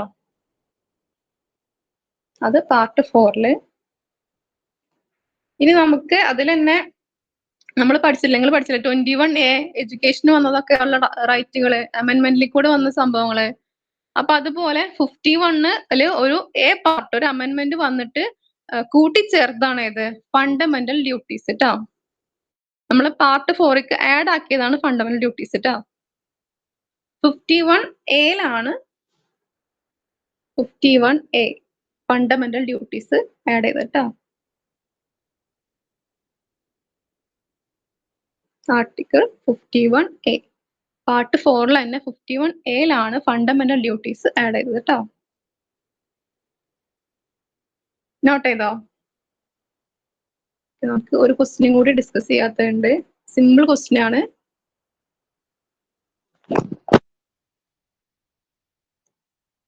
ഇത് ഏതായിരിക്കും ആൻസർ വരാ? ക്വസ്റ്റ്യൻ വായിക്കാണ്ട് തന്നെ പറയാൻ പറ്റുമോ?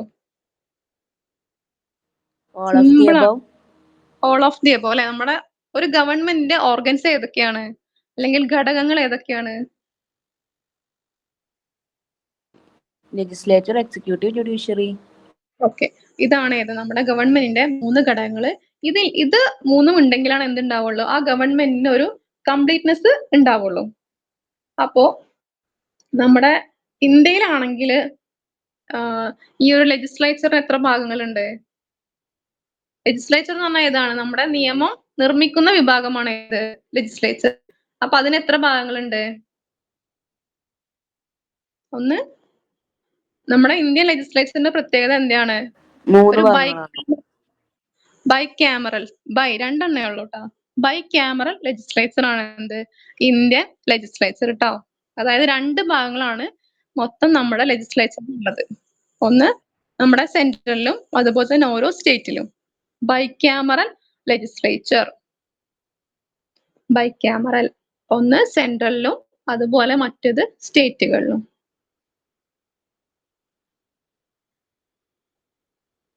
കിട്ടിയോ?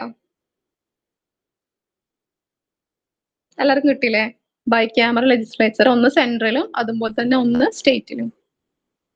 ദെൻ അടുത്തതാണ് ഏത്? എക്സിക്യൂട്ടീവ്. അതായത് നമ്മുടെ ഇംപ്ലിമെന്റിംഗ് അതോറിറ്റി ആണ് ഏത്? എക്സിക്യൂട്ടീവ്. അപ്പൊ എക്സിക്യൂട്ടീവിന് എന്തുണ്ട്? ഇതുപോലെ 2 ഭാഗങ്ങളുണ്ട്. ഒന്ന് സെന്ററിലും അതുപോലെ തന്നെ രണ്ടാമത് സ്റ്റേറ്റിലും കേട്ടോ. സെന്ററിലും അതുപോലെ സ്റ്റേറ്റിലും.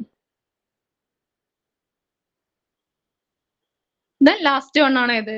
ജുഡീഷ്യറി. ജുഡീഷ്യറിൽ ഏതൊക്കെ വരും? ഏതൊക്കെ ഹൈക്കോർട്ട്, ജുഡീഷ്യറിയിൽ? Supreme court. ഫസ്റ്റ് നമ്മൾ ഏത് വരുന്നു? സുപ്രീം കോടതി വരുന്നു.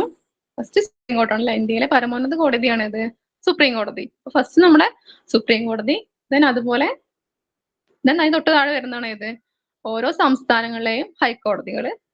ദെൻ ലാസ്റ്റ് ആണ് ഇത് അതിന്റെ താഴെ വരുന്ന താഴെയുള്ള കോടതികൾ. ഓക്കെ, സുപ്രീം കോടതി, ഹൈക്കോടതി, അതിന്റെ താഴെ വരുന്ന കീഴ്ക്കോടതികൾ. അങ്ങനെ ഈ ഒരു 3 ലെജിസ്ലേച്ചർ, എക്സിക്യൂട്ടീവ്, ജുഡീഷ്യറി ചേർന്നാണ് എന്ത്? ഒരു ഗവൺമെന്റ്.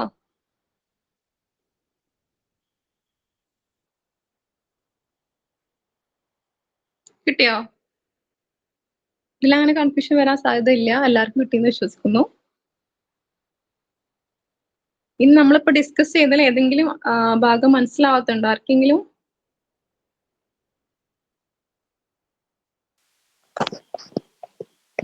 മനസ്സിലാവാത്തതോ അല്ലെങ്കിൽ ഇനിയും പറയണം എന്നുള്ളതോ അങ്ങനെ എന്തെങ്കിലും ഉണ്ടോ?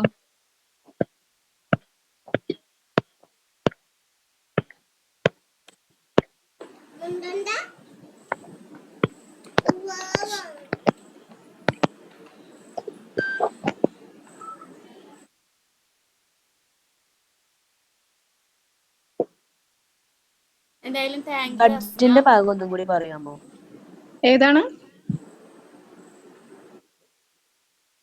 ഏതാണ്? ബഡ്ജറ്റ്. ബഡ്ജറ്റിലെ ഏത് ഭാഗമാണ്?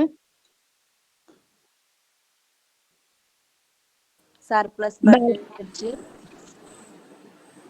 നമ്മളെ ബഡ്ജറ്റ് സർപ്ലസ് ആവുന്നത് നമ്മുടെ ഗവൺമെന്റിന്റെ റവന്യൂ എക്സ്പെൻഡിച്ചറിനെക്കാട്ടും കൂടുതലാവുമ്പോ, അതായത് നമുക്ക് ചെലവ് കുറവാണ് വരവ് കൂടുതലാണ്, അങ്ങനെ ആവുമ്പോ ആ ബഡ്ജറ്റ് ആണ് സർപ്ലസ് ബഡ്ജറ്റ് എന്ന് പറയാ.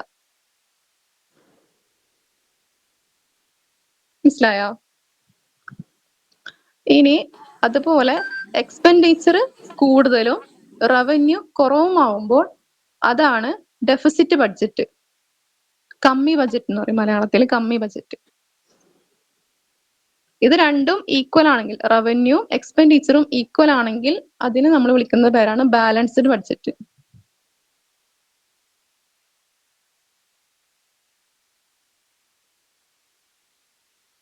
മനസ്സിലായോ?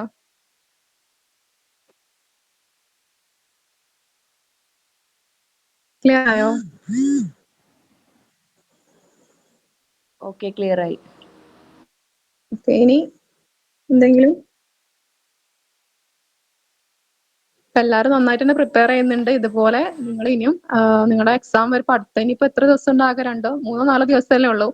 അപ്പൊ ഇതുപോലെ നന്നായിട്ട് പഠിച്ച ഭാഗങ്ങളൊക്കെ റിവൈസ് ചെയ്യുക. ഇനി ഒരുപാട് പഠിക്കാത്തേക്ക് പോവാതെ ഉള്ളത് നന്നായിട്ട് ഇതാക്കുക. ഏതെങ്കിലും ഭാഗങ്ങൾ നിങ്ങൾ പോവാത്തുണ്ടെങ്കിൽ ജസ്റ്റ് ഒന്ന് ഒരു സർഫേസ് സ്റ്റഡി പോലെ നടത്തുക. നന്നായിട്ട് എക്സാം എഴുതാൻ എല്ലാവർക്കും ഓൾ ദി ബെസ്റ്റ്. എന്തായാലും എല്ലാവർക്കും ഇപ്രാവശ്യം 2 കാറ്റഗറിയും കിട്ടട്ടെ. ഓക്കെ, താങ്ക് യു ക്ലാസ് ഒക്കെ മനസ്സിലാവുന്നത്. Thank you miss.